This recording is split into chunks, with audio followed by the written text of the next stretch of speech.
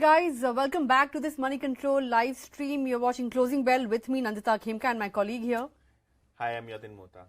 Well, Yatin, it's raining in Mumbai and it's raining records on the Lal Street, right? 24,800.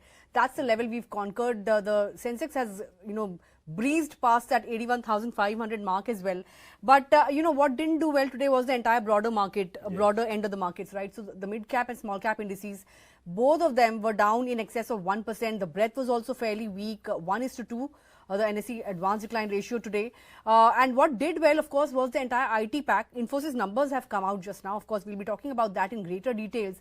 But ahead of the numbers, if you look at the top 5 to 6 gainers on the Nifty, you had the likes of LTI Mindtree, which reported good set of numbers yesterday. TCS extends gains. Wipro, which reports numbers tomorrow, was also buoyant, and so was Infosys ahead of the numbers. It gained somewhere around 2% or thereabouts. Aside of that, some other movers were the likes of ONGC and Bajaj Finserv. On the losing end, of course, Asian Paints, after a very weak set of numbers, margins also coming in at multi-quarter low. That stock was the top Nifty loser today. Coal India, which saw a fair bit of action on Tuesday, was among the losers. And the likes of Hero Moto and Bajaj Auto, two-wheelers, they were also under pressure, and so was Grasim. But Yatin, from the broader end of the markets, I was just looking at Just Dial. Great set of numbers and a 20% up move on the stock. Absolutely, and a disclaimer, it's a Reliance Group company which is the parent for our business unit as well. But yes, Just Dial, after a very strong quarter, the stock moved 20% higher in trade, opened with a gap up. And yes, a solid move coming in for Just Dial after a very strong set of numbers. And so did India Cement. Obviously, post the Ultratech Cement buy, that stock has been in momentum today, hit that 350 mark in the future and option segment, 7% higher for that stock. IDBI Bank, that stock moved 5% higher in trade. What did not do well is Z, and probably the FCCB issuance did not augur well with the market. The stock fell nearly 8.5% in trade to close at around 142 rupees per share. Trent, that stock saw profit taking 6% down for that one. HAL down 6%, CG Power down 6%, and clearly it was a day of IT stocks. TCS up 3%, Infosys up 2%, and Nandita, the numbers have just come in. That's correct, Yatin, and the numbers are good. Given the fact that they have raised the revenue guidance from 1 to 3% to 3 to 4%. So that, the stock could go either ways. It was anyway active today. Yeah. It could either go up like a bazooka tomorrow or could see some bit of sell on news kind of action. But let's quickly recap the numbers for you. The margins were a beat, and profit as well was a beat. If you look at the margins, 21.1% vis-a-vis expectations of Moneycontrol expectations, or poll of 20.6%. So that's a beat. Revenue guidance, as I mentioned, has been high. Margin guidance has been maintained at 20 to 22%, and the company remains well within this band, right? 21.1%. EBIT came in at 8,288 crore rupees vis-a-vis a CNBC poll of 8,040 crore rupees. So both revenues and margins have returned to growth. I think, in terms of revenue also, it has posted, industry beating revenues for the quarter. And, deal TCV, if you look at that, that has come in at $4.1 billion, Yatin, vis-a-vis expectations of $3 billion. So large deals are also coming in for Infosys. And, of course, in terms of management commentary, the street will be watching out for outlook on discretionary demand and whether or not there has been any kind of on ground, change on ground or not. Other IT majors have maintained that, it hasn't deteriorated, but it hasn't improved either. So that, in terms of headcount, for others like HCL Tech and TCS, they saw an addition. Yes. But it's the 6th straight quarter of headcount decline for Infosys, and attrition has also gone up marginally. Ramp up of earlier large deals and absence of adverse impact due to the rescoping in one of the BFSI deals. These are some of the factors that seem to have aided the performance. Aside of that, if you look at, some of the things that you'll be watching out for commentary, aside of, the demand scenario, I think it will also be in terms of how they are ramping up their AI, deals as well. So these are some of the factors to watch out for, but the numbers are extremely good. And deal TCV of $4.1 billion, that's also good news, although from a quarter-on-quarter basis, it has gone down slightly. But on the face of it, a great set of numbers, and let's see how the stock really reacts tomorrow, Yatin. Absolutely, and after TCS, Infosys has reported a quite better than expectation number. Especially on the guidance front, they've increased it. Margins have, remained in a range, and they expect that to be in a range. I think the silver lining is that IT is again making a comeback. So the journey to 25,000 on Nifty, Nandita, comes closer with the support of IT stocks tomorrow at least. Let's hope we have a good day tomorrow. But what's brewing in the markets is the union budget that will come on Tuesday. Today at Moneycontrol, we try to present you what the brokerages are really expecting from the budget, and in general the kind of government impetus, especially to do with rural consumption, what the government does on welfare with the RBI windfall dividend. So today, Anand Rathi, their strategy report says that the fiscal deficit target for FY25 would be close to 5%, and most of the brokerages are in the range of 4 to 9 to 5%.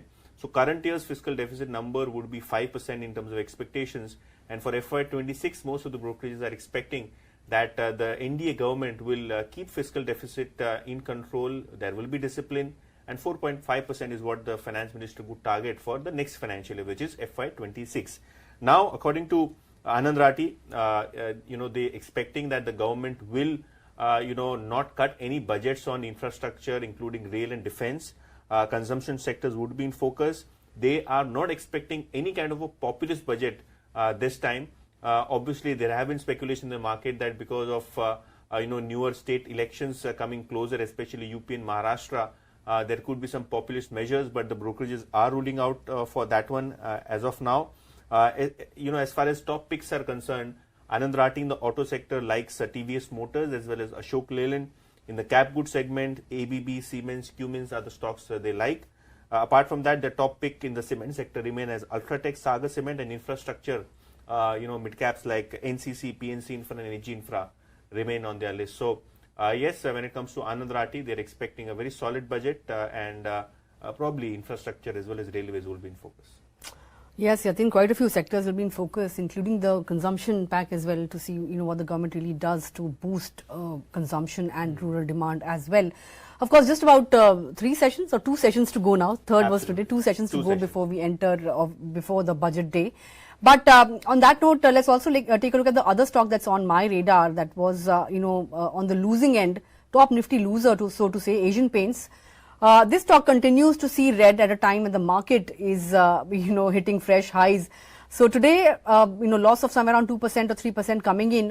Quarter was fairly weak. Margins have come in at multi-quarter lows. Domestic volume growth came in at 3%. International business also, saw a decline in its sales to the tune of 2.3% or thereabouts on a YY basis. It's the price cuts and the shift in product mix that hurt value growth for the company. Even revenue growth, was hurt by the tough demand conditions and the price cuts that the company had undertaken previously. Now, analysts, have cut their target prices. Majority of them have a sell call on the stock. And, they've also cut their EPS estimates. Let's take you through some of the major brokerages and how they're really viewing this stock post the numbers. Citi has a sell call, has cut the target price to 2,400 rupees from 2,600 rupees per share. FY25 to FY27 EPS estimates have been cut by 8 and 12%.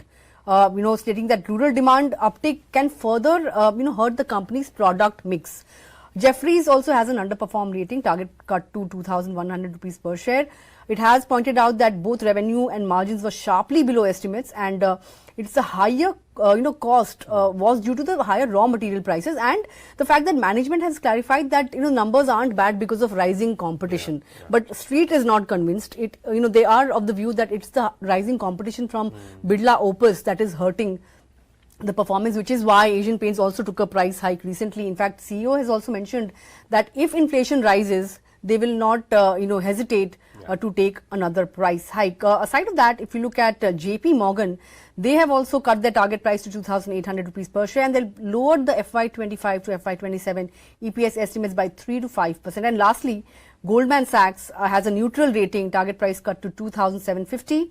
And they have said that competitive intensity may create further pressure for Asian Paints. The stock, Yatin, on a YTD basis down 13%. And of course, we've seen how the market has been moving this year, but this stock clearly not participating. Absolutely. And, clearly, despite the management assurance that all is well on demand and all is well on pickup, I think Street did not agree. The stock already trades at, heavy price to earning multiple of over 50 times.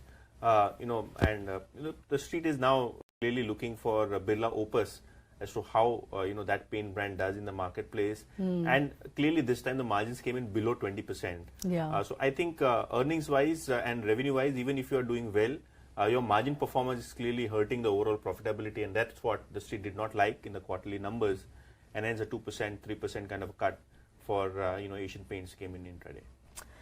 Well, that was the paint sector or paint stock, so to say, which has been seeing red. But I think we are ending the day on a good note. We've had a record close. We've had 24,800 on the screen, just about 200 points shy of that 25,000 mark. And we still have 2 sessions to go before the budget.